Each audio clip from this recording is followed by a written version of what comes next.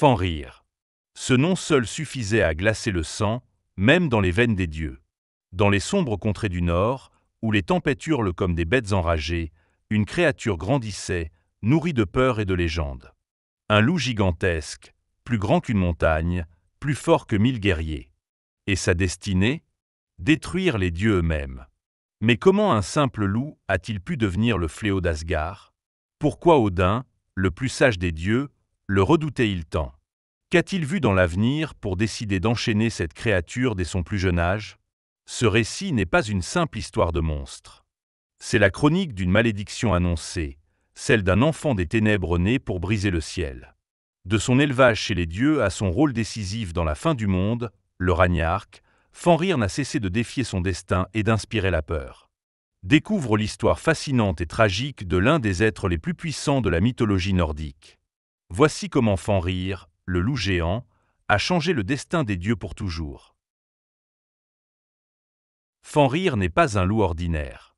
Il est le fruit d'une union aussi étrange que redoutée. Son père, Loki, est un dieu rusé, imprévisible, capable de changer de forme et de semer le chaos partout où il passe. Sa mère, Angrboda, est une géante venue des terres obscures de Jotunheim, réputée pour ses pouvoirs inquiétants. De cette union est né un trio de créatures monstrueuses. Le serpent Jormungandr, la déesse des Morels, et Fenrir, le loup. Dès sa naissance, les dieux d'Asgard sentirent que quelque chose clochait. Ce louveteau était déjà bien trop grand, bien trop menaçant. Odin, qui avait le don de voir l'avenir, comprit rapidement le danger. Dans ses visions, il voyait un loup gigantesque déchirer le ciel, ravager les champs et tuer les dieux lors du Ragnarök. Et ce loup, c'était Fenrir. Mais pouvait-on condamner une créature pour ce qu'elle allait devenir? Les dieux décidèrent malgré tout de surveiller le jeune loup. Ils le firent venir à Asgard pour le garder sous contrôle, espérant peut-être qu'il dévierait de sa destinée. Pourtant, plus il grandissait, plus la prophétie semblait inévitable. Fenrir n'avait rien d'un monstre au départ. C'était un animal intelligent, puissant, presque noble. Mais le regard des dieux, plein de crainte, l'éloigna peu à peu. Et comme toute créature rejetée, il devint l'image même de ce que les dieux redoutaient. Son nom devint symbole de terreur, et sa naissance marqua le début d'un conflit cosmique entre la survie des dieux et le poids inévitable du destin. Lorsque Fenrir fut amené à Asgard, les dieux décidèrent de l'élever parmi eux. Ils pensaient qu'en l'entourant, en le domestiquant peut-être, il pourrait changer le cours du destin. Pendant un temps, le pari sembla fonctionner. Le jeune loup était encore contrôlable, et certaines déesses le caressaient même avec tendresse, amusées par sa taille croissante et son intelligence étonnante. Parmi tous les dieux, un seul osait vraiment l'approcher, Tyr, le dieu du courage et de la guerre. Tyr nourrissait Fenrir, le surveillait, lui parlait. Une relation fragile, mais sincère, se construisit entre eux. Pourtant, même Tyr sentait que la créature portait en elle une force qui dépassait l'imaginable. Chaque jour, Fenrir grandissait, et avec lui, grandissait aussi la peur. Les autres dieux, eux, restaient à distance. Ils voyaient en Fenrir une menace croissante. Son regard n'était plus celui d'un animal. Il observait. Il comprenait. Il questionnait les ordres, les limites, les chaînes invisibles qu'on posait sur lui. Il savait que les dieux avaient peur. Et cette peur, il la ressentait comme une trahison. Très vite, les tensions montèrent. Fenrir ne faisait plus confiance à personne, sauf peut-être à Tyr.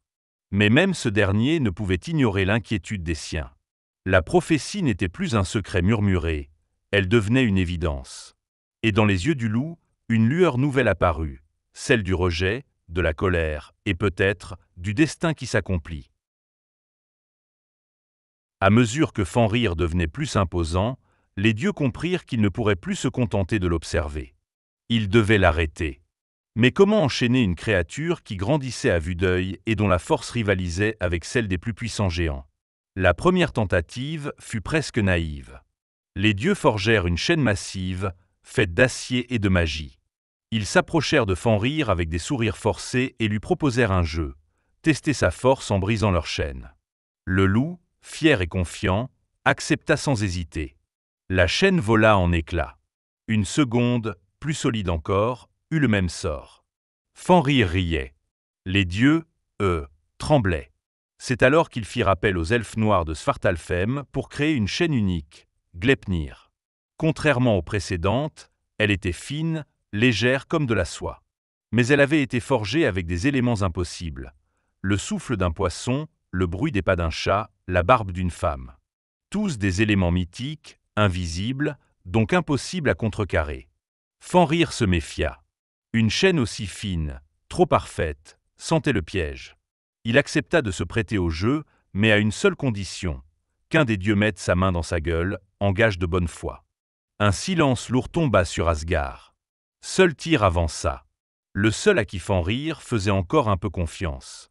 Lorsque les chaînes furent serrées, Fenrir tenta de se libérer, en vain.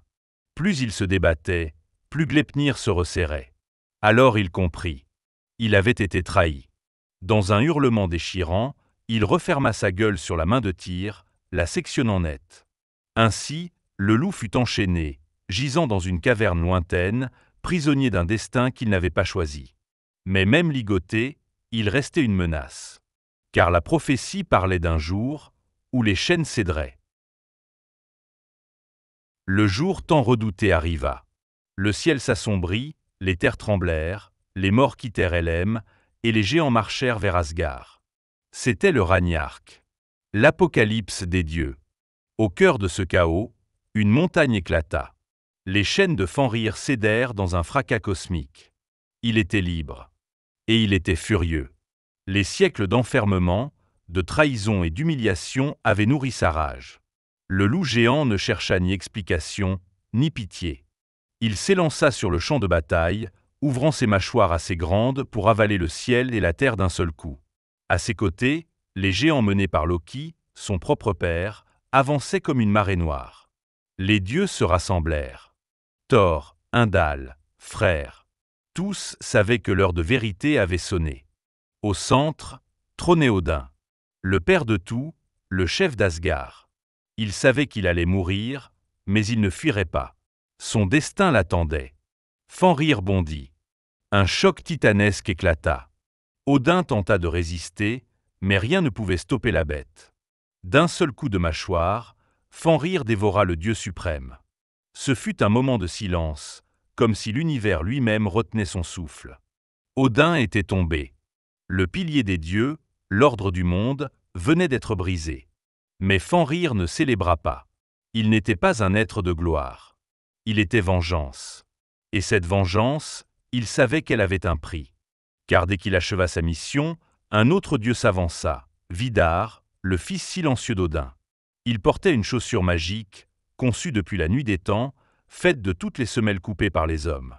Il attrapa la mâchoire du loup, planta un pied dans sa gueule et dans un geste surhumain, l'écarta jusqu'à la briser.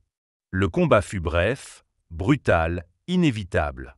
Fenrir, qui avait défié les dieux, fut vaincu. Mais il avait accompli ce pour quoi il était né. Il avait tué Odin. Et avec lui, tout un monde s'écroula. Fenrir avait rempli sa destinée.